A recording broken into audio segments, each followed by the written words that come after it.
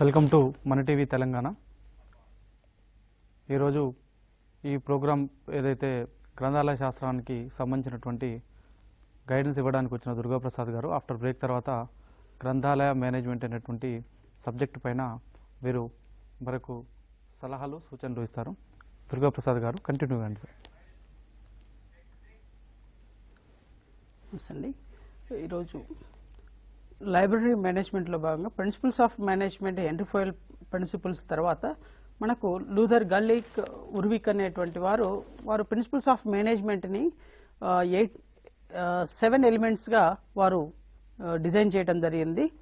Post carb అంటాం, POSD CORB. దీనికి సంబంధించి కాంపిటేటివ్ ఎగ్జామినేషన్స్లో ఏ విధంగా వస్తుందంటే P for planning, O for organizing, S for staffing, D for directing, coordinating, reporting, budgeting. ఈ 7 elements ఏదైతే ఉన్నదో హెన్రీ ఫోయిల్ 14 ప్రిన్సిపల్స్కి సంబంధించినటువంటి అంశాలతో పాటు ఈ యొక్క ఎలిమెంట్స్ ఇంకా లైబ్రరీ మేనేజ్మెంట్లో ఇంకా ఎఫెక్టివ్గా తీసుకురావడానికి అవకాశం ఉంది. కొన్ని ఎగ్జామినేషన్స్లో POSDలో డి రిఫర్స్ టు అంటారు. డి ఏం తెలియజేస్తుందంటే డి అబ్రివేషన్ అడిగే అవకాశం ఉంటుంది. పోస్ట్ కార్బ్లో D స్టాండ్స్ ఫర్ డైరెక్టింగ్. ఈ విధంగా మీకు ఎగ్జామినేషన్స్లో రావడానికి అవకాశాలు ఉన్నాయి.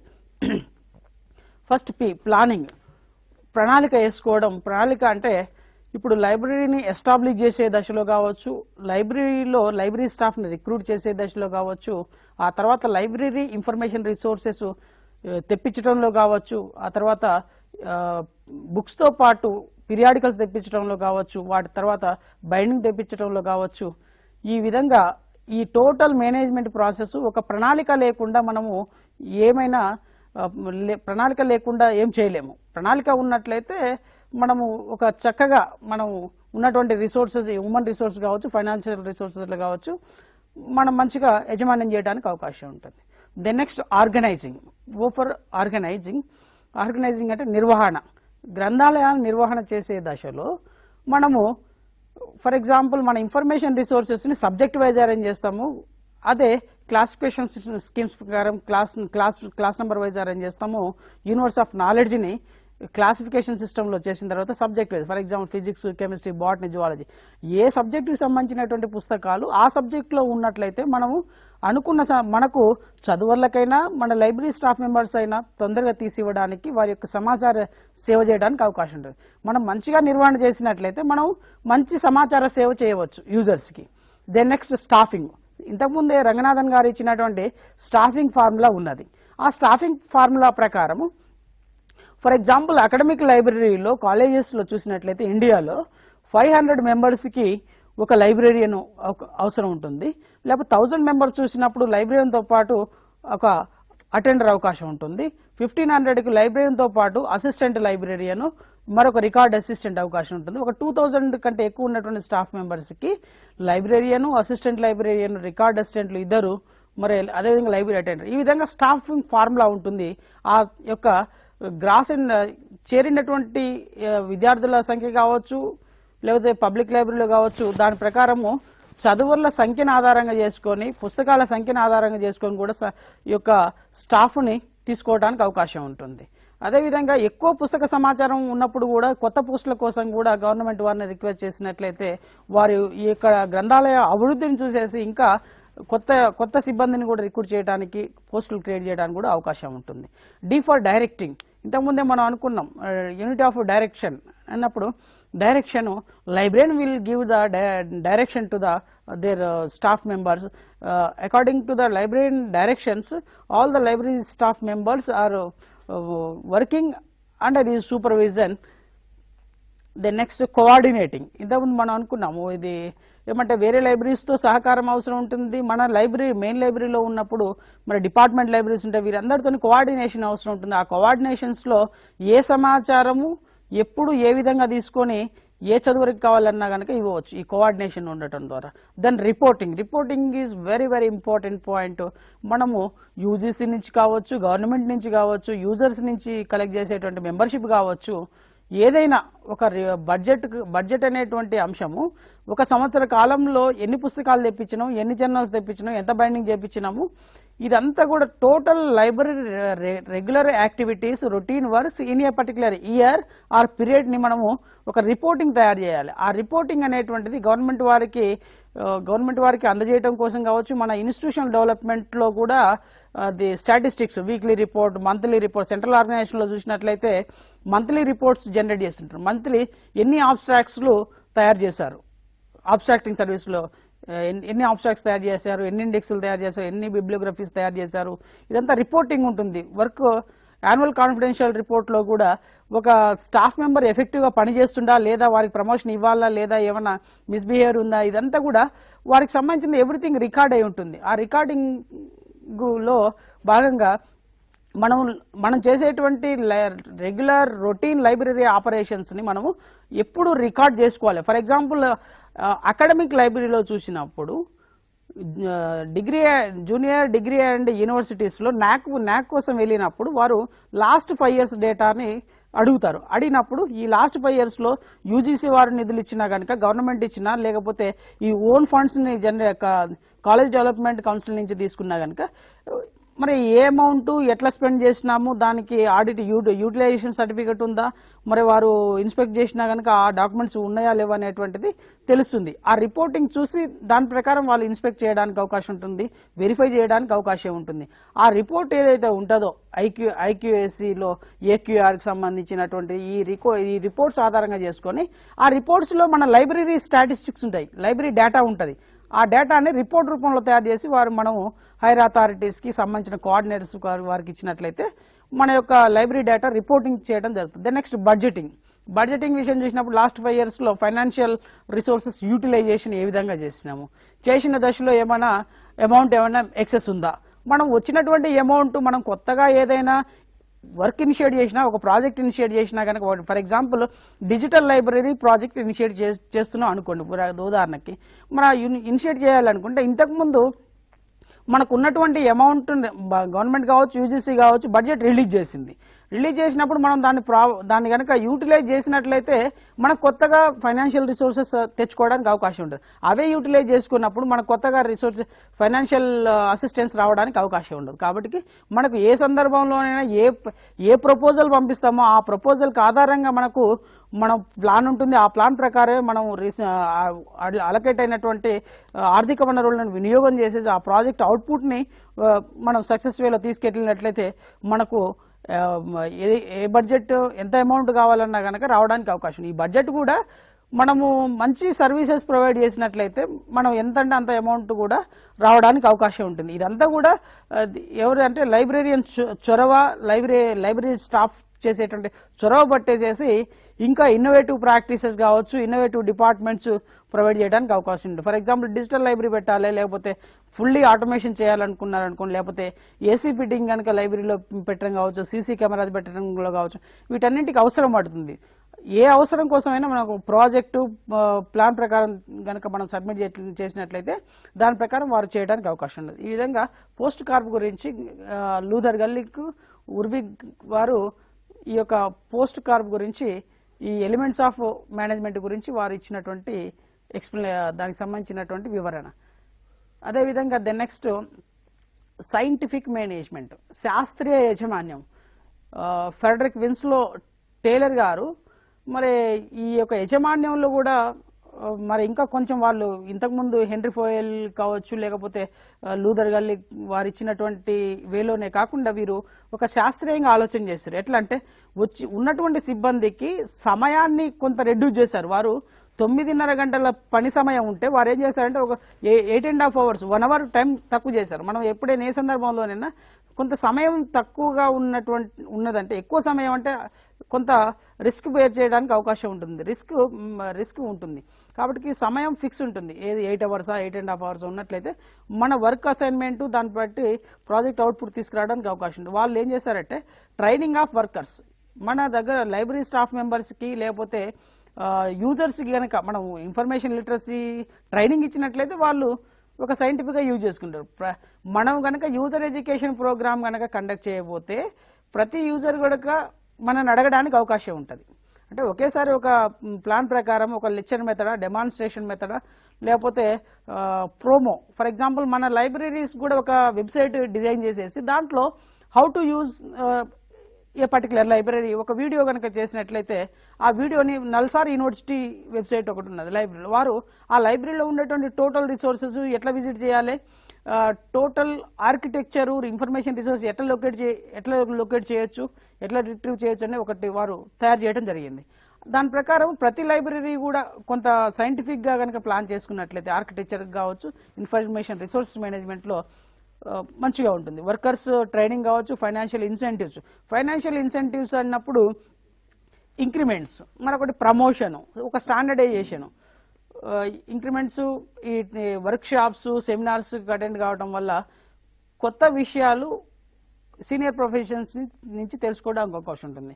ఈ సైంటిఫిక్ మేనేజ్మెంట్ అనేటువంటి పదాన్ని మొట్టమొదటిసారిగా కాయిన్ చేసినటువంటి వ్యక్తి ఎవరంటే లూయిస్ బ్రాండిస్ 1910 సంవత్సరంలో. ఎఫ్డబ్ల్యూ టేలర్ కంటే ముందు వీరు లూయిస్ బ్రాండిస్ అనేటువంటి ఇన్ఫర్మేషన్ సైంటిస్టు సైంటిఫిక్ మేనేజ్మెంట్ అనేటువంటి పదాన్ని 1910లోనే వారు కాయిన్ చేయటం జరిగినది. నెక్స్ట్ ఈ యొక్క మేనేజ్మెంట్ ప్రిన్సిపల్స్ చెప్పుకున్నాము, హెన్రీ ఫోయల్ ప్రిన్సిపల్స్ కావచ్చు, పోస్ట్ కార్బ్ కావచ్చు, సైంటిఫిక్ మేనేజ్మెంట్. ఇప్పుడు మేనేజ్మెంట్ పీరియడ్స్. ఈ యాజమాన్య కాలం ఎలా ఉందంటే మొత్తం టోటల్ పీరియడ్ని 4 విభాగాలుగా చేయడం జరిగింది. అదేంటంటే ప్రీ సైంటిఫిక్ పీరియడ్, దాన్ని ఏమంటామంటే 1880 కంటే ముందు ఉన్నటువంటి పీరియడ్ మొత్తాన్ని ప్రీ సైంటిఫిక్ అంటాం. అప్పుడు శాస్త్రీయంగా అభివృద్ధి చెందలేదు, మెషినరీ లేదు. అప్పుడు ఎంతసేపటికి మాన్యువల్గా ట్రెడిషనల్ కాన్సెప్ట్స్లోనే ఉన్నటువంటి విషయాల ద్వారా సమాచారం ప్రొవైడ్ చేయడం జరిగింది. ఇది క్లే టాబ్లెట్స్ కావచ్చు, లేకపోతే పామ్ లీవ్స్ కావచ్చు, మ్యానుస్క్రిప్ట్స్ కావచ్చు, హ్యాండ్ రిటన్ డాక్యుమెంట్సే మనకి ఎవిడెన్సెస్గా ఉండే. ఆ తర్వాత సైంటిఫిక్ పీరియడ్లో వచ్చినప్పుడు కొంత మెకానికల్గా కొంత ఇండస్ట్రియల్ రెవల్యూషన్ వచ్చింది. ఆ ఇండస్ట్రియల్ రెవల్యూషన్లో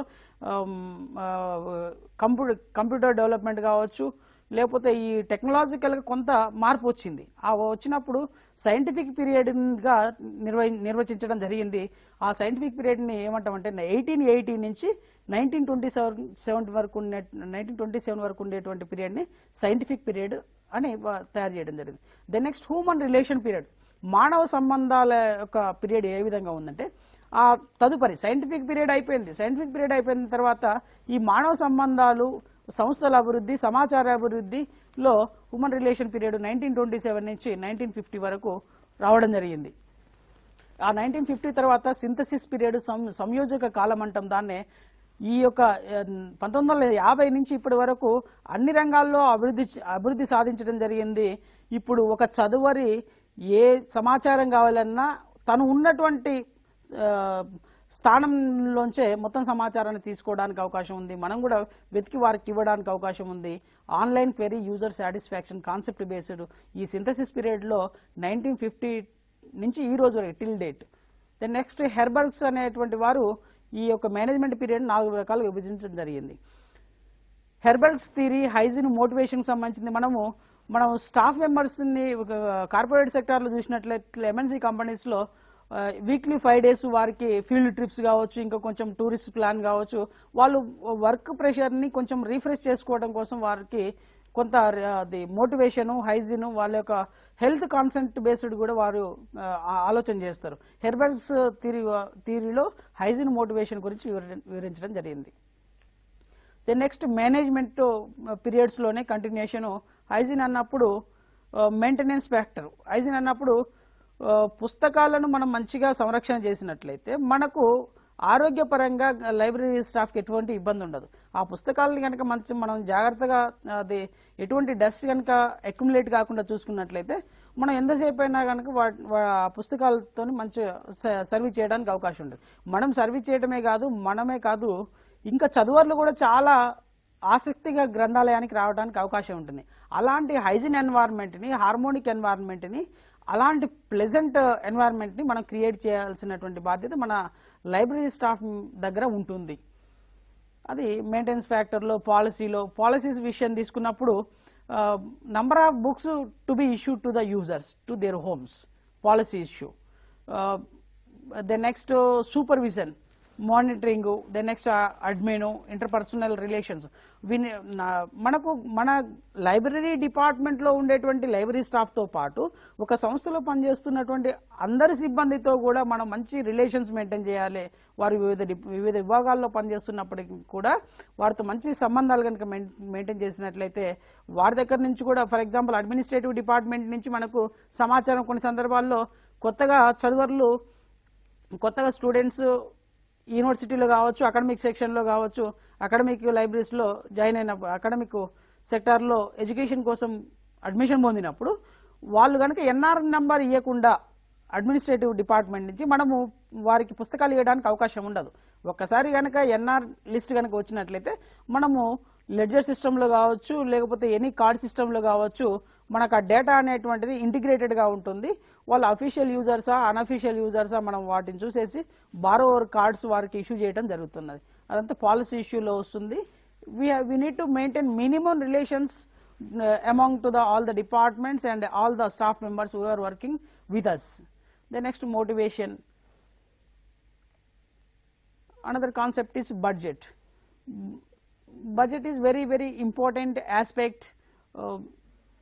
ఒక సంవత్సర కాలంలో మనము యూటిలైజ్ చేసినటువంటి అమౌంట్ కావచ్చు, మనం కొత్తగా అమౌంట్ రావాలన్నా కనుక ఆల్రెడీ యూటిలైజేషన్ సంబంధించినటువంటి రిపోర్ట్ సబ్మిట్ చేసినట్లయితే ఆ యూటిలైజేషన్ ద్వారా మనం పెట్టినటువంటి ప్రాజెక్ట్ కొత్తగా రావడానికి అవకాశం ఉంటుంది. Budget is an important document for planned and successful operation of a library. It is coordinates between the policies, information of exchange programs and finance and administrative functions. Preparation of budget provides an opportunity for timely review and evaluation of the changed needs of the library customers and its resources. మనము చదువుల demand బేస్డ్లో మనం information resources తెప్పించడానికి అవకాశం ఉంటుంది. మనం తెప్పించినటువంటి సమాచారం కూడా చదువర్లకు తెలియజేయాలి. ఆ తెలియజేసేటువంటి విధానాన్ని marketing of information products and services అని అంటాము. మనము అన్లెస్ అండ్ అంటిల్ మనం వారికి గనక ఈ సమాచార వనరులను గనక వాళ్ళకి తెలియజేయనట్లయితే వాళ్ళు ఉపయోగించుకోవడానికి అవకాశం ఉండదు. మనం తెలియజేయాల్సినటువంటి బాధ్యత మన దగ్గర ఉంటుంది. Marketing of information resources and service అనేటువంటిది it is a non profit organization, but it is service based. we have to inform to the users. It is a current latest information, new books list, newly purchased books, newly subscribed journals. We have to maintain ఒక list వారికి గనక తెలియజేసినట్లయితే, లేకపోతే ఒక చోట ఒక table మీద book covers కనుక పెట్టినట్లయితే వాళ్ళకు తెలుస్తుంది. కొత్త విషయాన్ని కనుక తెలుసుకొని వారు ముందుకు వెళ్ళడానికి అవకాశం ఉంటుంది.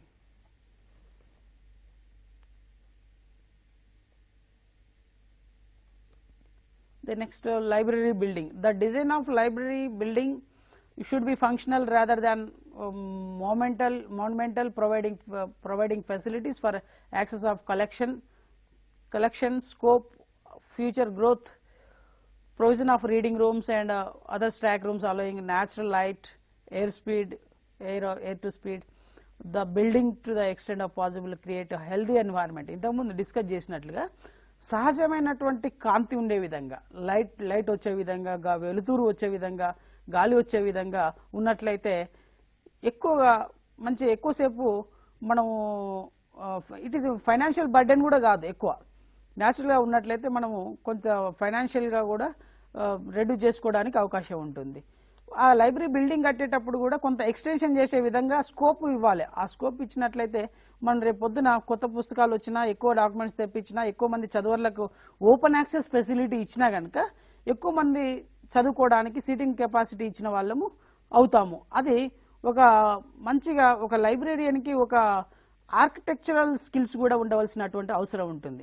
ఆర్కిటెక్చరల్ స్కిల్స్ అన్నప్పుడు ఈ స్పేస్ మేనేజ్మెంట్లో కొన్ని సందర్భాల్లో మనం ఏం చేయాలంటే పాత పుస్తకాలు, లేకపోతే సిలబస్ అయిపోయినటువంటి పుస్తకాలు, చినిగిపోయిన పుస్తకాలు, చెదలు పట్టిన పుస్తకాలు ఇలాంటివి ఉన్నప్పుడు మనం వెంటనే ఐడెంటిఫై చేసి వాటిని తీసి పక్కన పెట్టినట్లయితే వేరే పుస్తకాలని సంరక్షణ కూడా చేస్తాం. దీన్ని preservation and conservation of library డాక్యుమెంట్స్లో ఇది మనము చేసినటువంటి వాళ్ళం అవుతాం. ఈ యొక్క మనము చూసినప్పుడు దాన్ని తీసినప్పుడు ఆ చెదలు పట్టిన పుస్తకాలు ఒక్కసారి బయటికి తీసినట్లయితే ఇంకా వేరే పుస్తకాలకు అండకుండా ఉండడానికి అవకాశం ఉంటుంది. ఈ పుస్తకాలను సంరక్షణ చేసే దశలో మనము రోజు షెల్వింగ్ చేసేటప్పుడే మన లైబ్రరీ స్టాఫ్కి ఇన్స్ట్రక్ట్ చేస్తూ ఉండాలి. దుమ్ము ధూళి లేకుండా చూసుకోవడము, లేకపోతే ప్రాపర్గా ఉన్నదా, సెల్ఫ్లో ఉన్నాయా బుక్స్ లేవనేటువంటిది కూడా చూసుకోవాలి.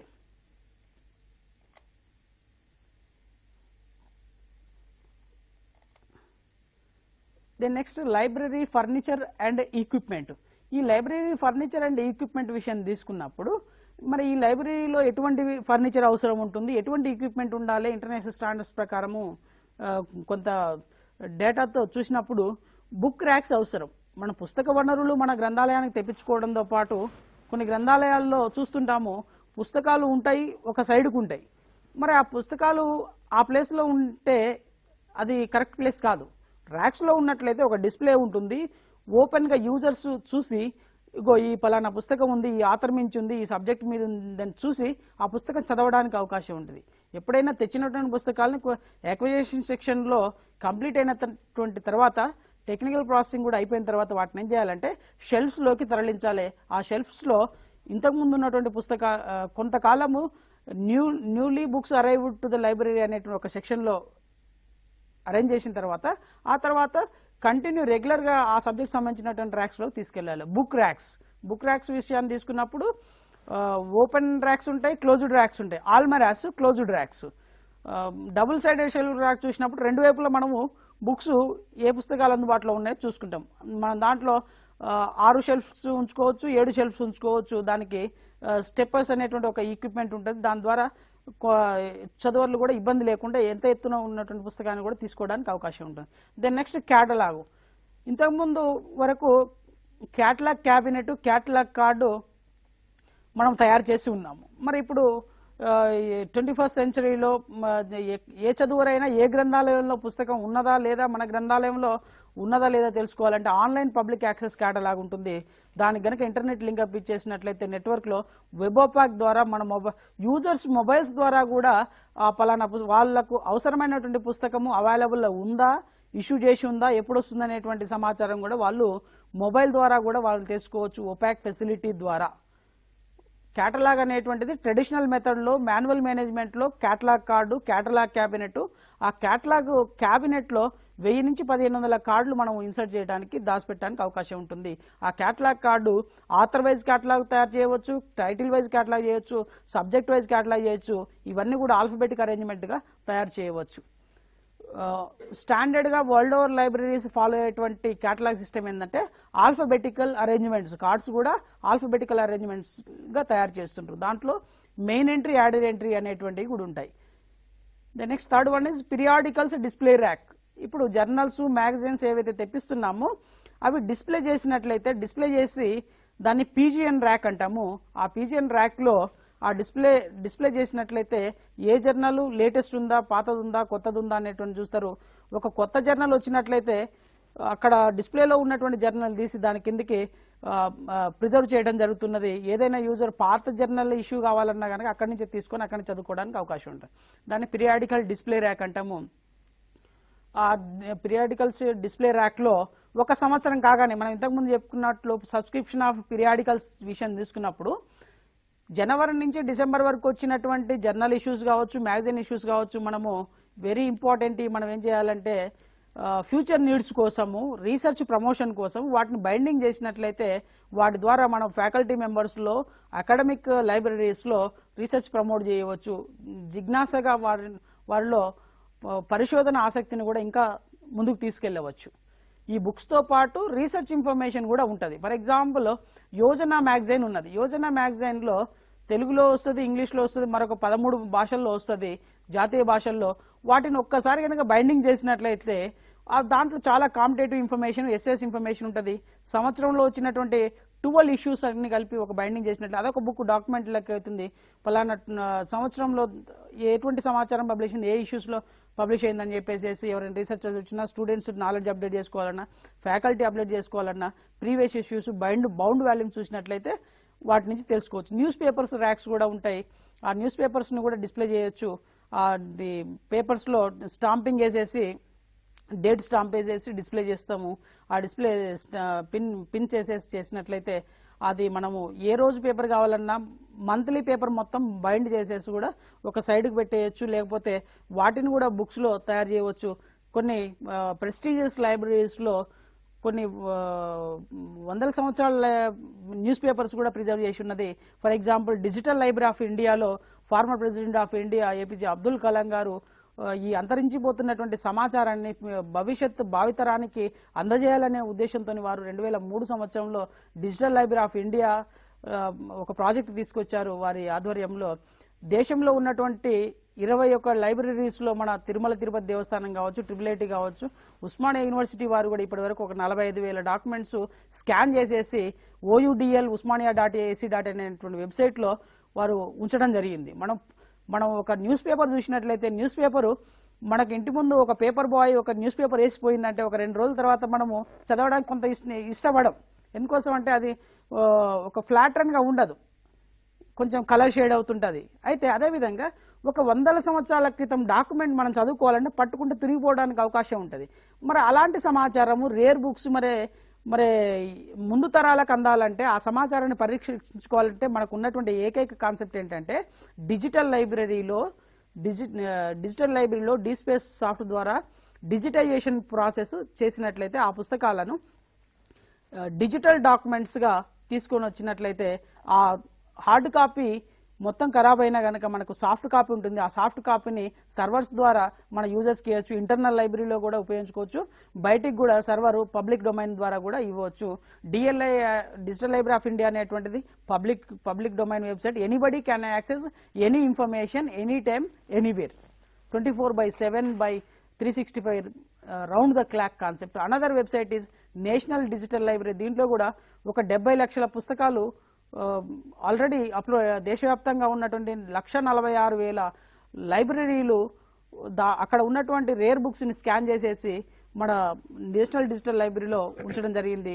ఒక జీమెయిల్ ద్వారా కనుక ఒకసారి రిజిస్ట్రేషన్ చేసుకున్నట్లయితే ఆ సమాచారాన్ని ఫస్ట్ క్లాస్ లెవెల్ కావాలన్నా, సెకండ్ క్లాస్ లెవెల్ కావాలన్నా, 10th క్లాస్ లెవెల్ కావాలన్నా, ఇంటర్మీడియట్ లెవెలా, డిగ్రీ లెవెలా, PG లెవెలా, PhD లెవెలా, ఏ లెవెల్ సమాచారం కావాలంటే ఆ లెవెల్ సమాచారం ఉంది. సమాచార రూపం కూడా ఎలా ఉన్నదంటే దాంట్లో ప్రింట్ అది PDF లో ఉన్నది, వర్డ్లో ఉన్నది, PPTలో ఉంది, ఆడియో ఫార్మెట్ ఉంది, వీడియో ఫార్మెట్ ఉంది. సమాచార రూపము ఏ విధంగా కావాలంటే ఆ విధంగా ఉంది. ఈ నేషనల్ డిజిటల్ లైబ్రరీలో ఆ విధంగా తయారు చేసినటువంటి డాక్యుమెంట్స్ని డిజిటల్ డాక్యుమెంట్స్ అంటాం ఈ news paper. Then reading tables సఫిషియెంట్గా ఉన్నట్లయితే ఉండాలి. చైర్స్ కూడా ఉండాలి. చైర్స్ కూడా కంఫర్ట్గా ఉండాలి. ఎక్కువ సమయం చదువుకునే విధంగా కంఫర్ట్గా ఉండాలి చదువర్లకు. ఆ తర్వాత ఛార్జింగ్ డెస్క్ ఏమంటామంటే సర్క్యులేషన్ డెస్క్. పుస్తకాలు ఇచ్చి తీసుకునేటువంటి వేదిక ఏదంటే సర్క్యులేషన్ డిపార్ట్మెంట్ చూస్తుంది. ఆ సర్క్యులేషన్ డిపార్ట్మెంట్లో అక్కడ ఇష్యూ చేసినటువంటి బారోవర్ కార్డ్స్ని డేట్ వైజ్ అరేంజ్ చేసుకోవడమా, కోర్స్ వైజ్ అరేంజ్ చేసుకోవడమా, బ్రౌనే నేవర్క్ సిస్టంలో, లెడ్జర్ సిస్టంలో రిజిస్టర్స్ మెయింటైన్ చేయడమా, ఇవన్నీ కూడా ఛార్జింగ్ సిస్టంలో వస్తుంది. Book display rack. కొత్త పుస్తకాలు వచ్చినప్పుడు మనం ఎక్కడ డిస్ప్లే చేస్తాము?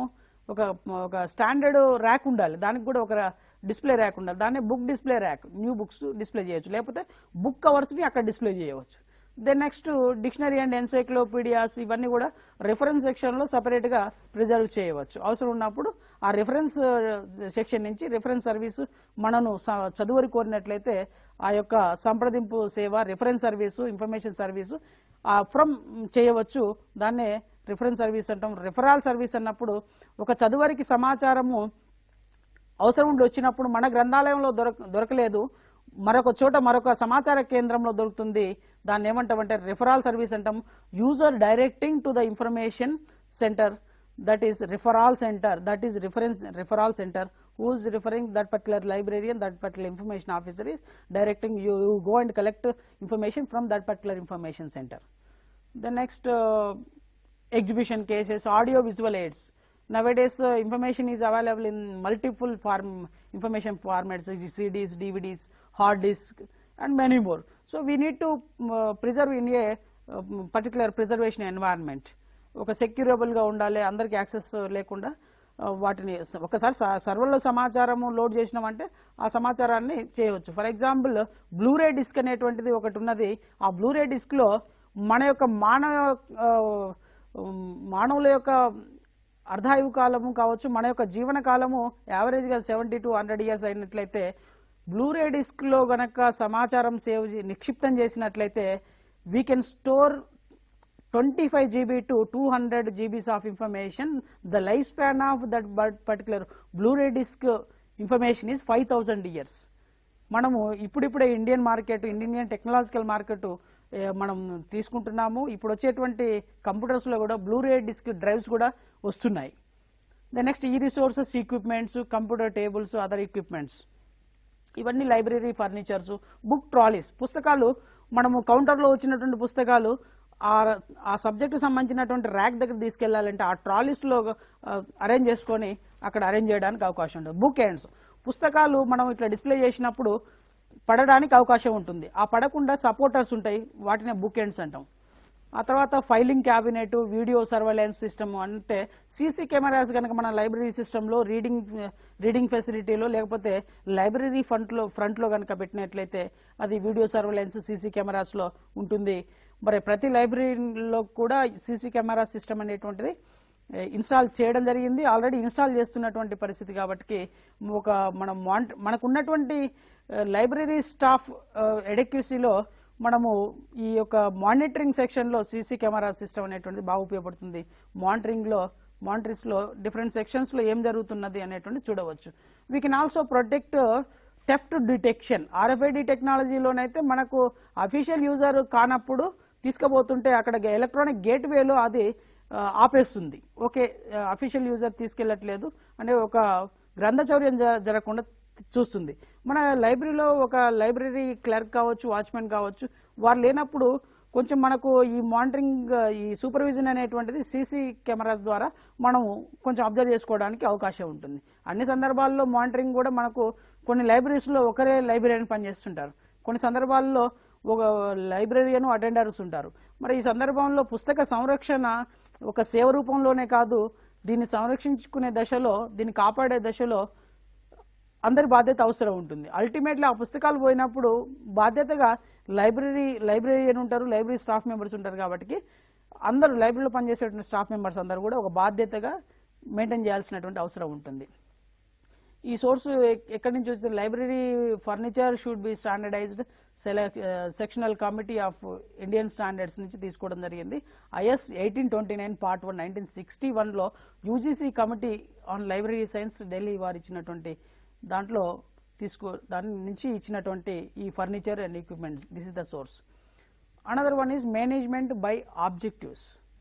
మనం ఒక ఉద్దేశంతో యజమాన్యం చేస్తుంటాం. ఒక లైబ్రరీలో సేవ చేసేటప్పుడు అది కొత్త అకాడమిక్ ఇయర్ తీసుకున్నప్పుడు కొత్త యూజర్స్ వస్తారు, వాళ్ళకు ఎప్పుడు బుక్స్ ఇవ్వాలనేటువంటి మనకు ఆబ్జెక్టివ్ పెట్టుకున్నాం. లేదు లైబ్రరీన్స్ డే సెలబ్రేట్ చేయటము, నేషనల్ లైబ్రరీ వీక్ ఒక ఆబ్జెక్టివ్, ప్రతి సంవత్సరం మనం రెగ్యులర్ యాక్టివిటీ కండక్ట్ చేస్తాము, ఒక మన ఆబ్జెక్టివ్ కూడా ఉంటుంది. లేదా ప్లాన్ ఆఫ్ యాక్షన్ తీసుకున్నప్పుడు మన లైబ్రరీ ట్రెడిషనల్ లైబ్రరీలో ఉన్నది, లేదు ఆటోమేషన్ ఎన్వైరన్మెంట్లో ఉన్నది. మరి ఇంకొంచెం అడ్వాన్స్ లెవెల్ వెళ్ళినట్లయితే ఫుల్లీగా RFID టెక్నాలజీ ద్వారా అప్డేట్ చేయడం ఒక ఆబ్జెక్టివ్ పెట్టుకున్నాం, ఒక ప్లాన్ ఆఫ్ యాక్షన్ పెట్టుకున్నాం, ఒక మిషన్ పెట్టుకున్నాం. ఆ మిషన్ పెట్టుకున్నప్పుడు ఏం చేయాలి? ఆ యొక్క ఆబ్జెక్టివ్కి అనుకూలంగా మనము మన యొక్క వర్క్స్ని పాత పద్ధతిలో ఉన్నటువంటి విధానాన్ని ఒకేసారి తీసేయలేము, ఒకేసారి కొత్త విధానాన్ని కూడా ఇంప్లిమెంట్ చేయలేము. కాబట్టి కొంత ఫేజ్ వైజ్ మనం కనుక చేసుకుంటూ వెళ్ళినట్లయితే ఆ యొక్క new method, new innovation, new process, మనము న్యూ సిస్టమ్ని ఇంప్లిమెంట్ చేయడానికి అవకాశం ఉంటుంది. దీన్ని పీటర్ F. డ్రక్కర్ అనేటువంటి సైంటిస్టు మేనేజ్మెంట్ బై ఆబ్జెక్టివ్స్ని వీరు ప్రపౌండ్ చేసినారు. It is an important to plan of the objectives of the organisation before placing them before the decision making of the bodies for approval, which has been demanding and a rewarding style of management. And library committee, ప్రతి సందర్భంలో కూడా ఒక పుస్తకాలు తెప్పియాలన్నా ఈ library committee, public లైబ్రరీలో, academic లైబ్రరీలో plus special లైబ్రరీలో ఖచ్చితంగా ఒక లైబ్రరీ కమిటీ ఉంటుంది. అకాడమిక్ సెక్టార్లో లైబ్రరీ అడ్వైజరీ కమిటీ అనేటువంటి పేరుతో ఉంటుంది. ఆ లైబ్రరీ అడ్వైజరీ కమిటీ అనేటువంటి దేనికోసం పనిచేస్తుందంటే ఆ లైబ్రరీ డెవలప్మెంట్ కోసం పనిచేస్తున్నది. కాలేజీలో చూసినట్లయితే ప్రిన్సిపల్ చైర్మన్గా ఉంటాడు, లైబ్రరీని కన్వీనర్గా ఉంటారు, సీనియర్ మెంబర్స్గా సీనియర్ స్టాఫ్ మెంబర్స్, లెక్చరర్స్ కమిటీలో మెంబర్స్గా ఉంటారు. ఆ కమిటీకి మన యొక్క ఆ కమిటీ ఎస్టాబ్లిష్ చేసుకునేటప్పుడే మనము మీటింగ్ పెట్టుకునేటప్పుడే మన ఎజెండా ఏంటిది అనేటువంటిది గనక తయారు చేసినట్లయితే ఆ ఎజెండా ప్రకారం కొంత డిస్కషన్ ఫ్రూట్ఫుల్ డిస్కషన్ చేయొచ్చు. ఆ డిస్కషన్ ప్రకారము రెజల్యూషన్స్ వస్తాయి. ఆ రెజల్యూషన్స్ ప్రకారమే ఆ డెవలప్మెంట్ అనేటువంటిది చేయడం జరుగుతుంది. పాసిబిలిటీస్ ఇంపాసిబిలిటీస్ డిస్కషన్ చేస్తాం. ఆ డిస్కషన్ చేసే మనము ముందు లైబ్రరీ డెవలప్మెంట్ ప్లాన్ చేయవచ్చు, లేకపోతే చేయలేము. దెన్ నెక్స్ట్ యూనివర్సిటీ లైబ్రరీలో కూడా ఎగ్జిక్యూటివ్ కౌన్సిల్ అనేటువంటి పేరు మీద ఉంటుంది లైబ్రరీ కమిటీ. దానికి అథారిటేటివ్ పర్సన్గా వైస్ ఛాన్సలర్ ఉంటారు, ఆ తర్వాత యూనివర్సిటీ లైబ్రరీ ఉంటారు, ఆ తర్వాత మెంబర్స్ కూడా ఉంటారు, సబ్జెక్ట్ మెంబర్స్. ఈ కమిటీకి ఏం చేస్తారంటే కొత్త పుస్తకాలు తెప్పియాలంటే first head of the departments నుంచి బుక్స్ లిస్ట్ తెప్పించుకోవాలి. తెప్పించుకున్న తర్వాత ఈ బడ్జెట్ అలొకేషన్ చేసిన తర్వాత బడ్జెట్ అలొకేషన్ చేసేటప్పుడే ఈ ప్రాసెస్ స్టార్ట్ అవుతుంది. బడ్జెట్ అలొకేషన్ చేసిన తర్వాతనే డిఫరెంట్ డిపార్ట్మెంట్స్ నుంచి list of books required to the department to be purchased అనేటువంటిది వారు లిస్ట్ ఇచ్చిన తర్వాత మనం ప్రొక్యూర్మెంట్ ప్రాసెస్కి వెళ్తాము. అప్పుడు ఆ లిస్ట్ ఇస్తారు, దాని ప్రకారం ఆర్డర్ చేస్తాము. బుక్స్ వాళ్ళు మనకు పబ్లిషర్లు లీడింగ్ పబ్లిషర్స్ మనకు సప్లై చేస్తారు. దాని తర్వాత యాక్సెషనింగ్, టెక్నికల్ ప్రాసెసింగ్, తర్వాత షెల్వింగ్, లేకపోతే ఇష్యూ రిటర్న్ సెక్షన్లో సర్క్యులేషన్ ప్రాసెస్లో వెళ్తుంటాయి. ఇదంతా కూడా లైబ్రరీ కమిటీలో ఉన్నటువంటి ప్రాసెస్. అదేవిధంగా పబ్లిక్ లైబ్రరీలో కూడా చూసినట్లయితే పబ్లిక్ లైబ్రరీలో డైరెక్టర్ ఆఫ్ పబ్లిక్ సర్వీసెస్ ఉంటుంది. లోకల్ ఆర్ స్టేట్ లెవెల్ ఇక్కడ జిల్లా గ్రంథాలయ సంస్థ ఉంటుంది జిల్లా స్థాయిలో. రాష్ట్ర స్థాయిలో రాష్ట్ర గ్రంథాలయ పరిషత్ ఉంటుంది. ఈ పరిషత్తు ఈ రెండు కూడా ఈ పబ్లిక్ లైబ్రరీలో మెయింటెనెన్స్ ఏ విధంగా జరుగుతుందంటే ఇంటి పని నుంచి వచ్చేటువంటి ప్రతి రూపాయలో 8 పైసలు కలెక్ట్ చేసినటువంటి అమౌంట్తోనే గ్రాంట్ ఇన్ ఎయిడ్ ద్వారా వారి యొక్క సిబ్బందికి శాలరీస్ కావచ్చు, అక్కడ ప్రొక్యూర్మెంట్ కూడా ఆ యొక్క అమౌంట్తోనే ఆ లైబ్రరీస్ మెయింటైన్ చేయడం జరుగుతుంది. Then next special library. Compare to all above 3 ఇంతకుముందు డిస్కస్ చేసిన అన్ని లైబ్రరీస్తో పోల్చినప్పుడు మనకు స్పెషల్ లైబ్రరీలో అక్కడ సమాచార అవసరము స్పెషల్గా ఉంటుంది. తెప్పించేటువంటి సమాచారం కూడా చాలా విలువైనటువంటి సమాచారం. అక్కడ పేరెంట్ ఆర్గనైజేషన్ సంబంధించినటువంటి సమాచారం తెప్పిస్తాము. ఇన్ జనరల్గా ఎంటర్టైన్మెంట్ ఇన్ఫర్మేషన్ లేకపోతే అకాడమిక్ ఇన్ఫర్మేషన్ తెప్పించేటువంటి అవకాశం ఉండదు. అక్కడ ఫండ్స్ కూడా ఎక్కువగా ఉండడానికి అవకాశం ఉంది. వాళ్ళు రీసెర్చ్ డెవలప్మెంట్లో ఎక్కువగా అక్కడ ప్రమోట్ చేయడం కోసం అక్కడ పరిశోధన జరుగుతుంటుంది. కాబట్టి అక్కడ specialised information, specialised documents, specialised services, అక్కడ చదువర్లు కూడా ప్రత్యేకంగా ఉంటారు.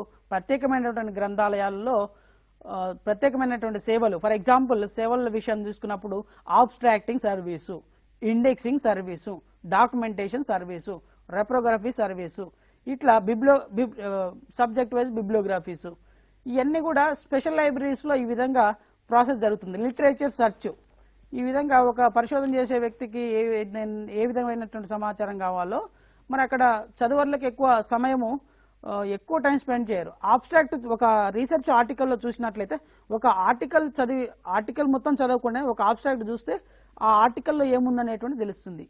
అందుకోసం ఆబ్స్ట్రాక్ట్స్ కూడా తయారు చేస్తారు.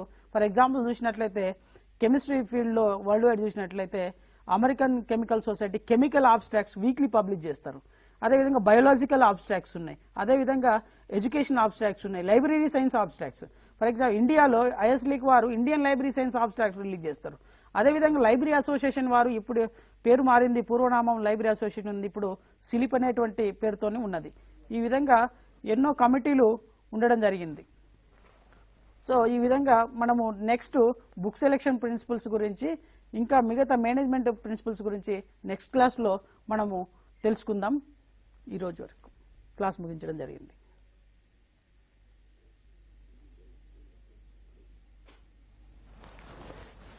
కంటిన్యూ. థ్యాంక్ యూ దుర్గాప్రసాద్ గారు. ఈరోజు ముఖ్యంగా ఈ లైబ్రరీ మేనేజ్మెంట్లో బుక్ సెలెక్షన్ ప్రిన్సిపల్స్, ఫర్నిచర్ ఏ విధంగా సెలెక్ట్ చేస్తారు, ఎలాంటి బేసిక్ స్టాండర్డ్స్ ఉన్నటువంటి ఫర్నిచర్ కానీ హ్యూమన్ రిసోర్సెస్ కానీ ఏ విధంగా సర్వీసెస్ చేయాలనే దాని గురించి చాలా ఫలవంతమైన ఇన్ఫర్మేషన్ లైబ్రరీ విద్యార్థులకు అందించారు. థ్యాంక్ యూ అండి. Thank you very much.